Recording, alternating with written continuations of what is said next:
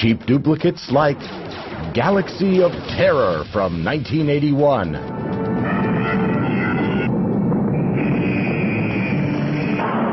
Hell has just been relocated. It orbits a burned-out star at the edge of the galaxy.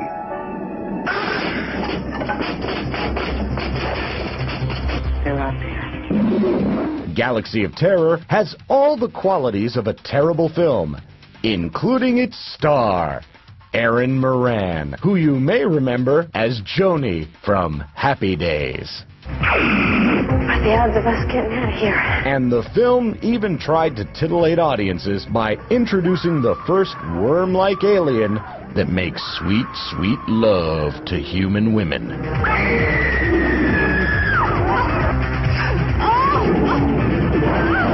In all of its awfulness, Galaxy of Terror does have one redeeming factor to it. Its unit director was a young James Cameron, who would go on to direct Terminator and Titanic many years later. But what he was most known for in this film was making maggots wiggle on a severed arm by electrocuting them.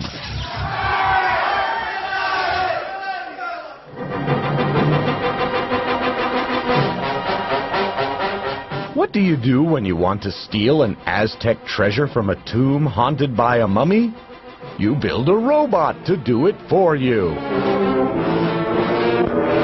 We dare you to see them, but don't come alone. From 1957, The Robot versus the Aztec Mummy. Mirror, mirror on the wall, who is the fairest one of all? There's no fairy tale quite so inspiring as Snow White and the Seven Dwarfs, unless you're referring to the German-made movie Snow White, or as they call it, Schneewittchen. Please won't you dance with me? I will sing you songs that rhyme. And dig these crazy dwarf names. I am Whitey, and the next one is Bushy. I'm called Eddie, and I'm called Teddy, and this one is Freddie. My name is Blackie, and I am called Bim Bam. The story seems to be the same. You have the Wicked Witch and the apple. Very well. Then I'll cut the apple in two. The red half is for you. But this Snow White is just way too bizarre not to make the 50 worst list.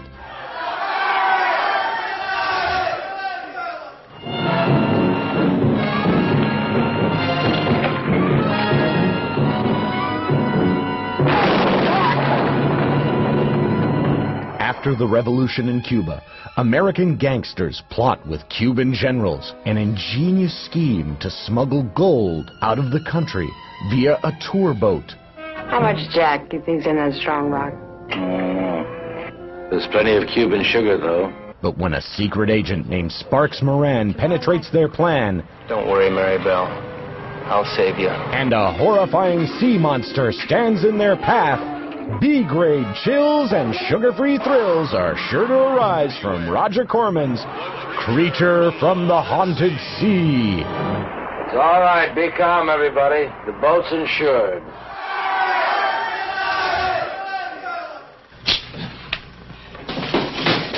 I ought to carve my name on that tit, then see what he got to say. Speaking of Roger Corman, after being fired by him, director Jack Hill branched out and formed his own brand of cheap cinema.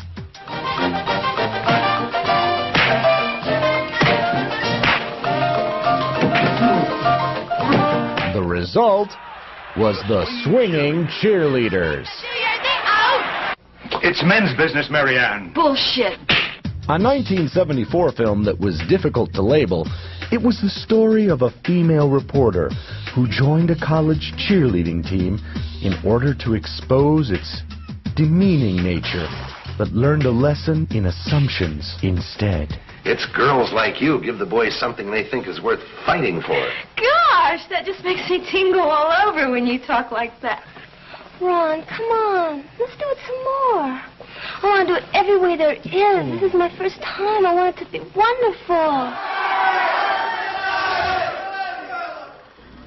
Somebody one time told me that if there's absolutely no way that you can get out of taking a terrible beating, the only intelligent thing for you to do is to try to get in the first place.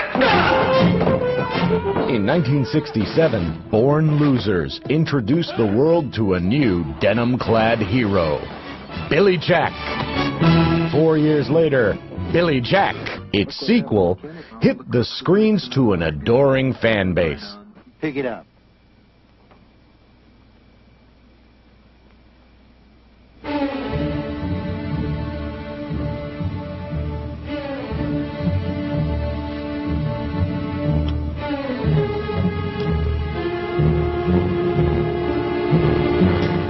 But the third in the series, The Trial of Billy Jack, was just a bit too much for audiences in 1974.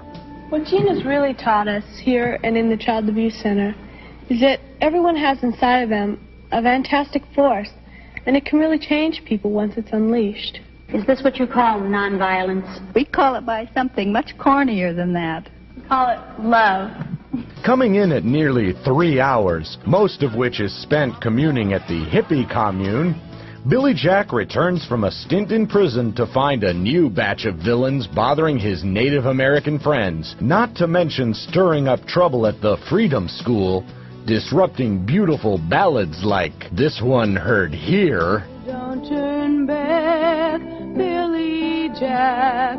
I am crying, are you dying just for me?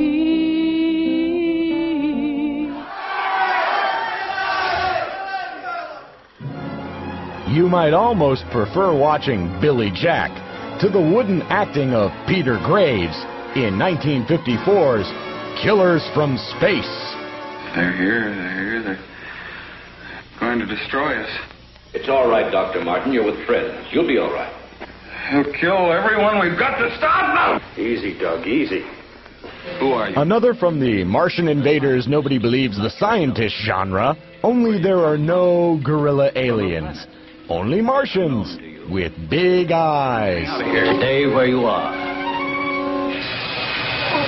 And lizards made to look like giant dinosaurs. Backer will kill him. And of course, Peter Graves' own brand of 7th grade acting.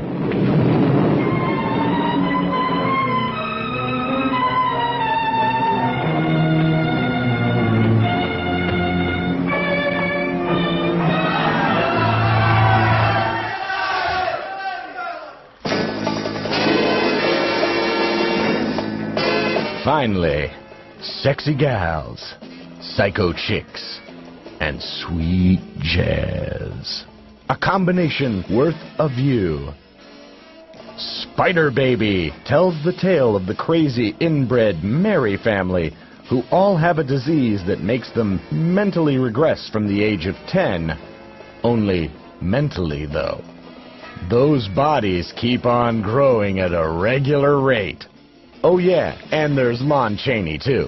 But don't worry, not much. But trouble arises when feuding relatives move in and attempt to take the house. Now that's a movie.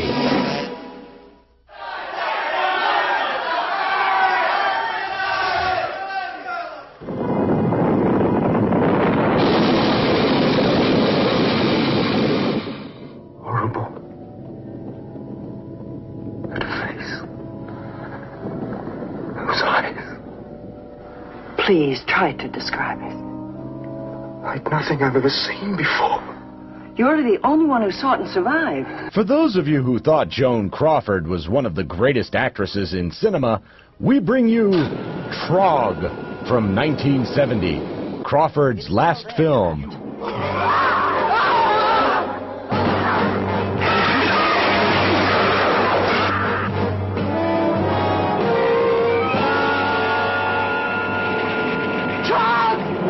The budget was so small for Trog that Joan Crawford had to supply her own wardrobe and use her own car as a dressing room. This Q-crazy fiend from hell must be destroyed. You may want to hide. You may want to